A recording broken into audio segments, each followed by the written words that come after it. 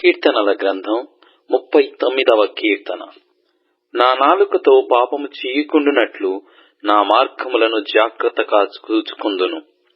భక్తిహీనులు నా ఎదుటనున్నప్పుడు నా నోటికి చిక్కము ఉంచుకొందుననుకొంటిని.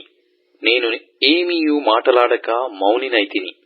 క్షేమమును గూర్చి అయినను పలుకక నేను మౌనముగా నుంటిని.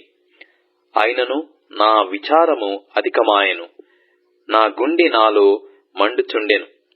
నేను ధ్యానించుచుండగా మంట పుట్టెను.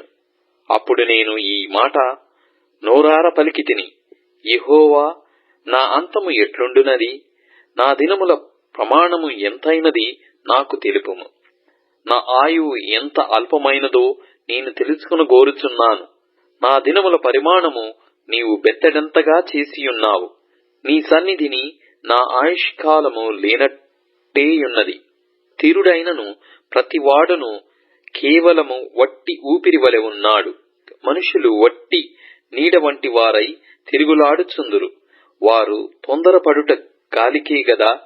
వారు ధనము కూర్చుకొందురు గాని అది ఎవనికి చేజిక్కునో వారికి తెలియదు. ప్రభువా, నేను దేని కొరకు కనిపెట్టుకొందును? నిన్నే నేను నమ్ముకొని ఉన్నాను. నా అతిక్రమములన్నిటి నుండి నన్ను విడిపింపుము. నీచులకు నన్ను నిందాస్పదముగా చేయుము. దాని చేసినది నీవే గనుక నోరు తెరవక నేను మౌనినైతిని. నీవు పంపిన తెగులు నా మీద నుండి తొలగింపుము. నీ చేతి దెబ్బ వలన నేను క్షీణించుచున్నాను. దోషములను బట్టి నీవు మనుష్యులను గద్దింపులతో శిక్షించునప్పుడు చిమ్మట కొట్టిన వస్త్రము వలె నీవు వారి అందము చెడగొట్టెదవు. నరులందరూ వట్టి ఊపిరి వంటి వారు. యెహోవా, నా ప్రార్థన ఆలకింపుము, నా మొర చెవియొగ్గుము. నా కన్నీళ్లు చూచి మౌనముగా నుండకుము. నీ దృష్టికి నేను అతిథి వంటి వాడను. నా పితరులందరి వలె నేను పరవాసినయ్యున్నాను.